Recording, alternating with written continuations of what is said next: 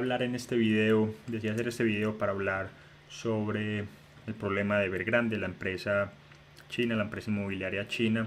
Y seguramente si sigues los mercados, si eres un trader o un inversor y estás pendiente pues del día a día de los mercados, has escuchado sobre los problemas, las dificultades que tiene esta empresa. Incluso si no eres un inversor ni un trader, lo más probable es que ya te hayas encontrado pues con este nombre de Evergrande y de pronto has leído un poquito la noticia. Entonces en este episodio, en este video que decidí hacer, voy a hablar brevemente sobre la empresa. Voy a hablar un poquito de unas lecciones que se pueden aprender de esta empresa y vamos a mirar con detalle el balance de la empresa, el estado financiero de la empresa, para analizar unos detalles que muchas personas han ignorado y que me parece son importantes para tanto para inversionistas como para economistas y personas que miran los mercados, que analizan, que estudian estos temas financieros o que quieren entender sobre economía, sobre el sistema económico mundial. Entonces este es un artículo muy bueno que me encontré sobre este tema. Es de Bloomberg y habla pues de la empresa, cuenta pues como los inicios de la empresa, sus actividades económicas, cuenta también sobre el mercado inmobiliario en China, cómo han crecido algunas ciudades, lo costoso que es vivir en las principales ciudades de China. Entonces antes que nada es importante entender un poquito eh, los últimos años de Evergrande. Por ejemplo, por mucho tiempo Evergrande fue una empresa que se dedicó exclusivamente al negocio inmobiliario.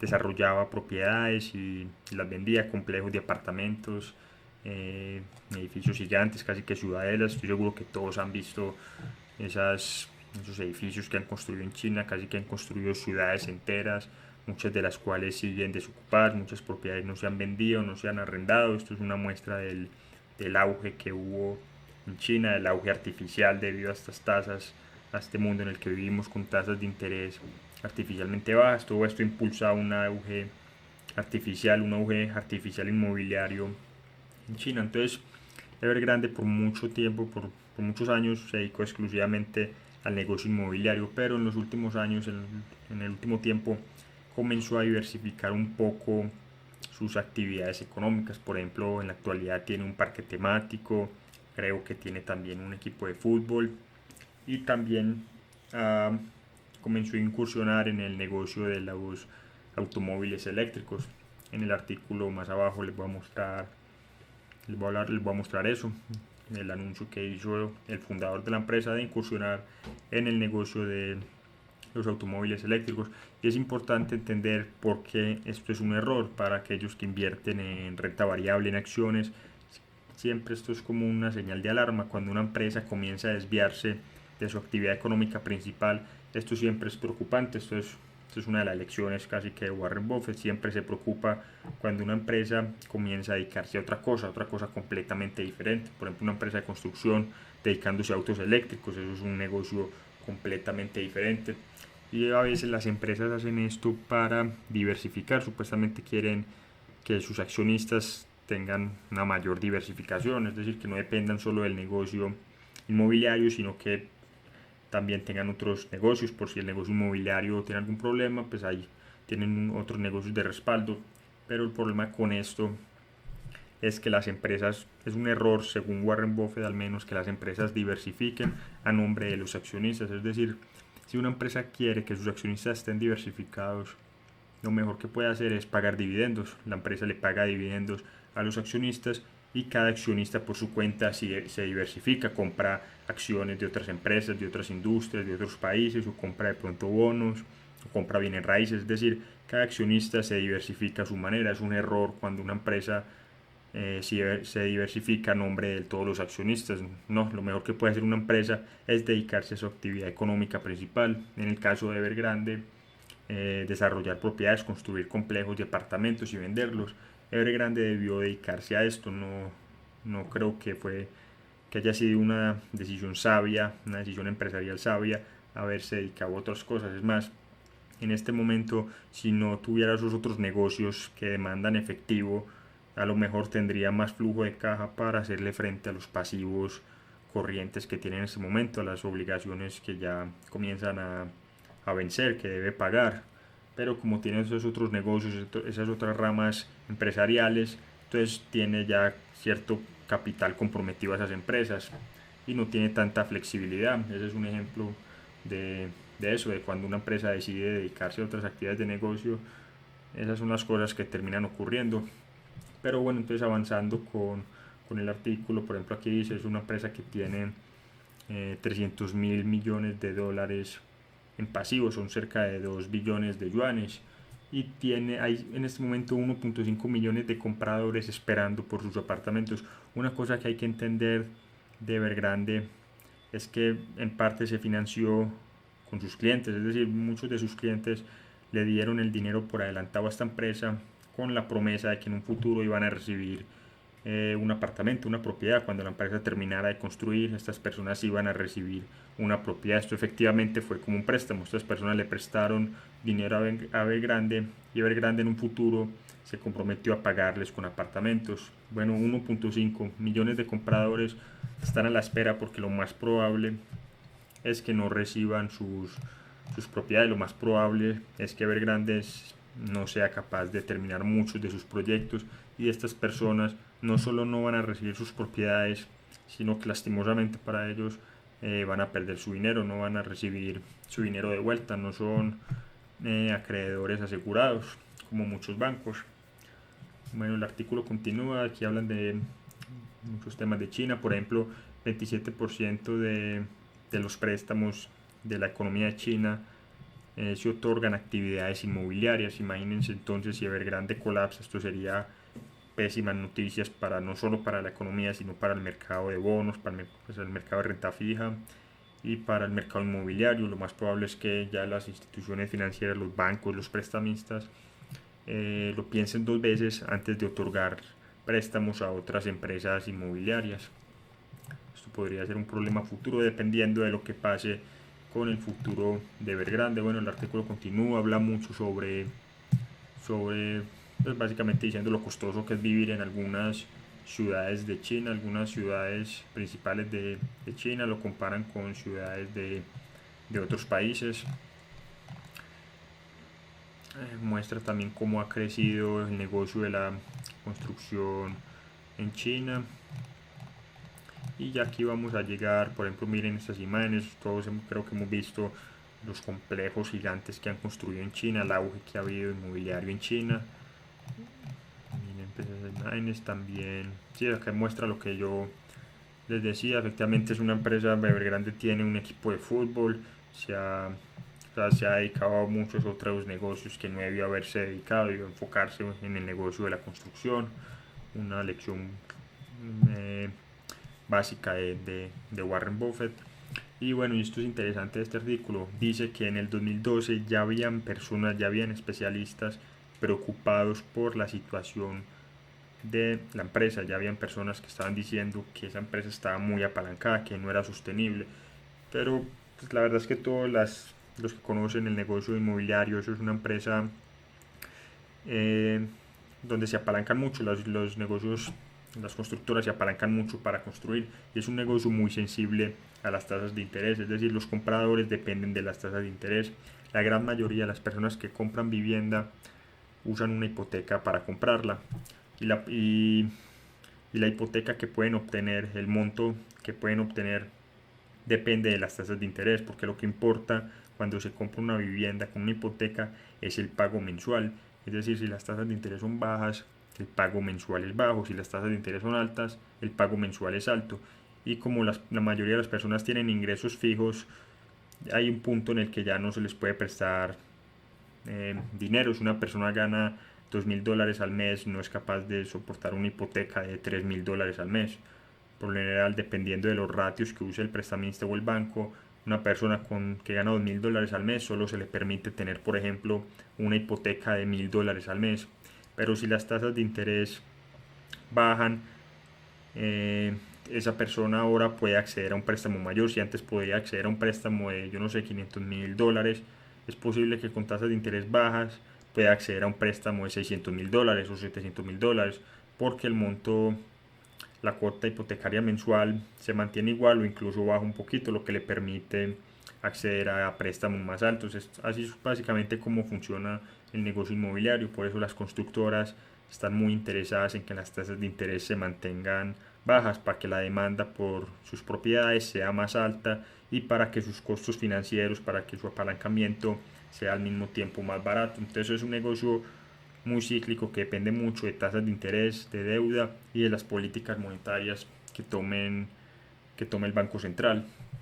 Y bueno, continuando entonces con, estos son uno de los complejos que ha construido la empresa, como son edificios, departamentos gigantes.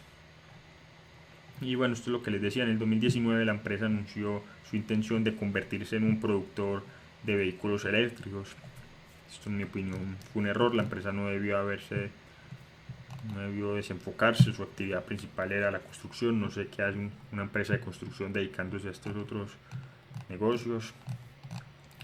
Y ya por aquí más abajo, por ejemplo, esto es lo que les decía, hay 1.5 millones de personas en China que están muy preocupadas porque le prestaron dinero a esta empresa con la esperanza de que en el futuro iban a recibir una propiedad, pero esta empresa al parecer no va a ser capaz de terminar muchos de esos desarrollos que tiene en este momento en obra, que no están construidos. Entonces hay muchas personas, como se ven en esta imagen, protestando afuera de las oficinas principales de la empresa, y esto seguramente va a continuar así porque la empresa seguramente va a entrar en un proceso de reestructuración. Ya eso era como lo más importante de ese artículo. Ahora miremos un poquito el tema financiero de esta empresa. Bueno, pero antes de eso, miren aquí por ejemplo la gráfica del precio de la acción, cómo ha bajado el precio de la acción. Básicamente está reflejando en este momento los fundamentos. El futuro de esa empresa no es prometedor, es muy probable que la empresa la tomen los acreedores, vendan los activos para tratar de recuperar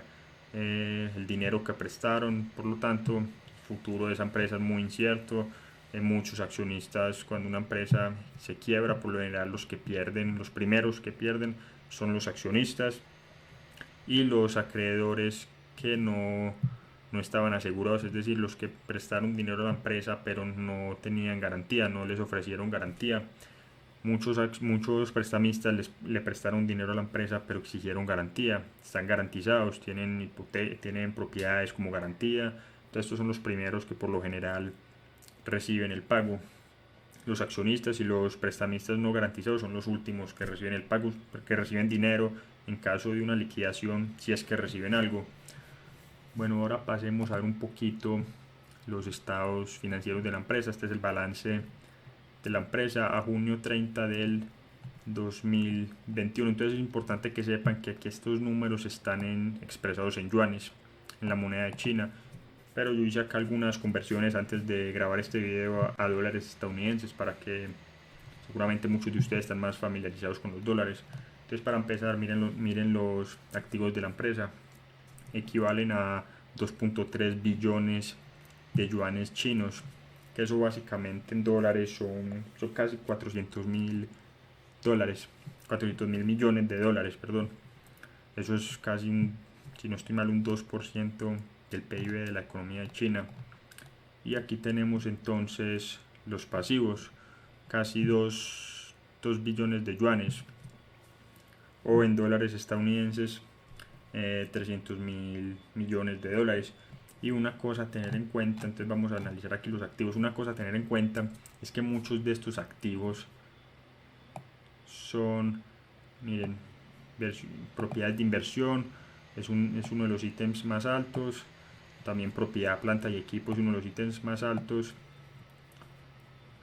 Y bueno, es importante saber que, por ejemplo, estos activos se contabilizan, se registran a su valor nominal. Es decir, si en su momento, cuando se terminó la construcción de una propiedad, esa propiedad valía 100 millones de dólares, entonces se registró contablemente por 100 millones de dólares. El problema es que hoy en día muchas de estas propiedades, muchos de estos activos que están aquí valen menos, porque el mercado inmobiliario en China se ha desinflado en el último tiempo. Los precios han bajado debido a toda esta crisis de Evergrande. Es posible que estos activos valgan menos de lo que aquí dice. Entonces esa es una de las cosas a tener en cuenta cuando se miran estos estados financieros, más que nada de estas empresas que están en problema. Esto es importante porque en caso de una liquidación, esta empresa va a tener que vender sus activos para cubrir sus pasivos, y es posible que estos activos valgan mucho menos de lo que aquí dice. Pero ahora vamos a mirar una cosa que me pareció interesante. Para aquellos interesados en la contabilidad o aquellos que son inversores de valor y estudian estados financieros y todo eso, miren aquí los activos corrientes. Vamos a calcular entonces así por encima el capital de trabajo, es decir, vamos a ver si los activos corrientes, es decir, los activos más líquidos, son suficientes para cubrir los pasivos corrientes, es decir, las deudas que deben pagarse en un año menos. Entonces en activos corrientes tenemos 1.9 billones de yuanes, y en pasivos corrientes tenemos aquí 1.5 billones de yuanes. Entonces, por ejemplo, ese es el capital de trabajo, ese ratio, esa división. Por lo general, una empresa saludable tiene un capital de trabajo, tiene una relación activos corrientes, pasivos corrientes superior a 1.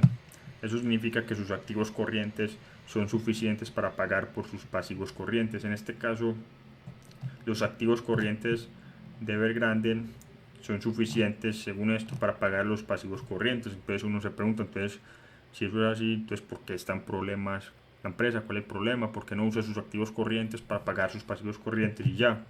El problema es que hay que mirar con detenimiento cada ítem.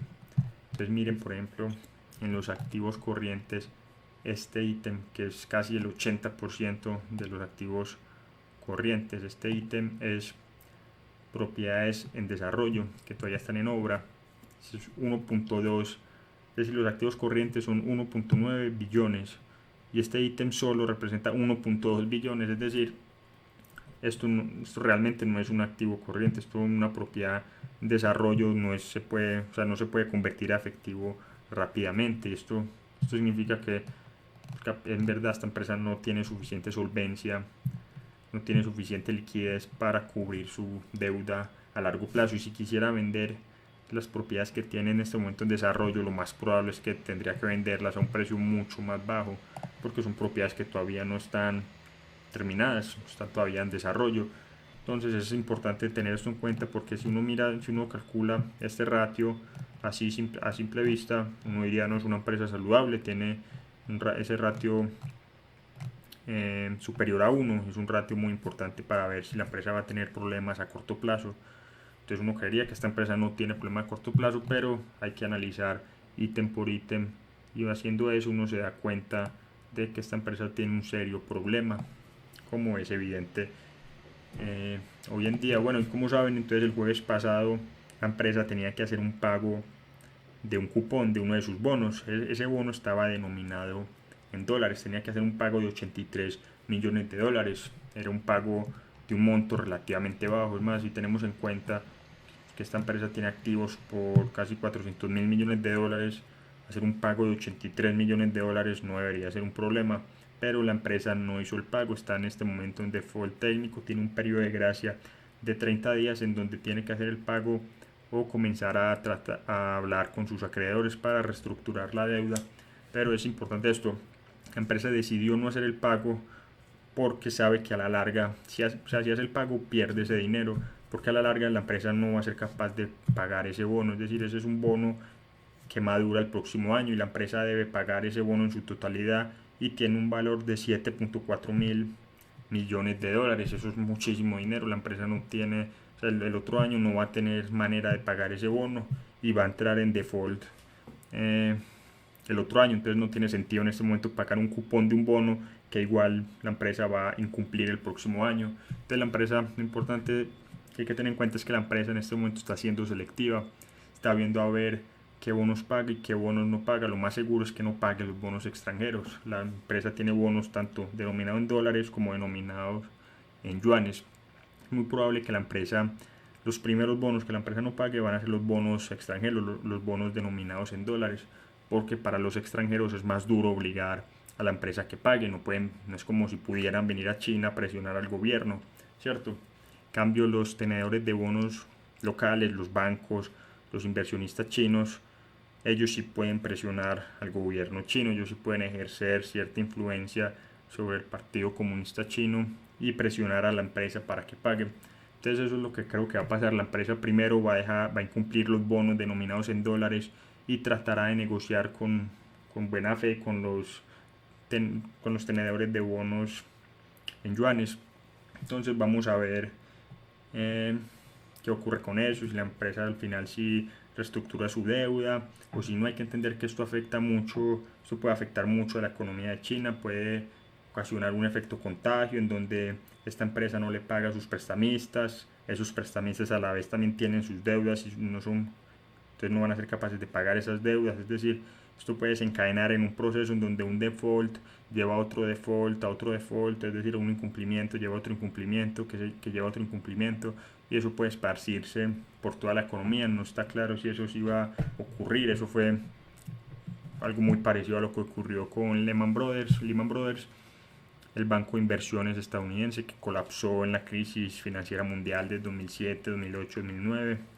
Entonces es muy posible, eso es lo que dicen los mercados, eso es lo que tanto hablan los medios de comunicación, que esta empresa puede ser otro Lehman Brothers, puede ser el colapso que reviente esta burbuja en la que llevamos viviendo por más de 10 años, en donde tenemos tasas de interés a nivel mundial artificialmente bajas, y eso le ha permitido a Evergrande mantenerse rentable. Por ejemplo, recordemos en el artículo que les mostré, ya las personas desde el 2012 estaban preocupadas por esta empresa, pero miren todo el tiempo que pasó.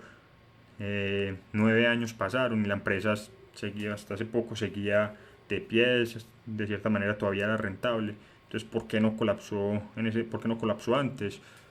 Mucho tiene que ver esto que les estoy diciendo, es que vivimos en un mundo con tasas de interés artificialmente bajas. Todos los bancos centrales están haciendo todo lo posible para manipular las tasas de interés, para suprimirlas, para seguir estimulando sus débiles economías, para que la economía a nivel mundial no entre en recesión. Desde la crisis financiera mundial, eso es lo único que han hecho los bancos centrales: han impreso dinero, han bajado las tasas de interés, han manipulado el mercado de bonos, han manipulado el mercado bursátil, han creado todo tipo de auges artificiales que a la larga no son sostenibles, son burbujas, y como una burbuja cualquier alfiler es capaz de reventarlo. Entonces uno nunca sabe cuál es el alfiler, cuál va a ser el alfiler que reviente la burbuja, pero el alfiler en algún momento va a aparecer. Puede ser Evergrande, pudo ser el coronavirus. De hecho, el coronavirus por unos meses tuvo un fuerte impacto en los mercados, pero los bancos centrales nuevamente bajaron más las tasas de interés, imprimieron más dinero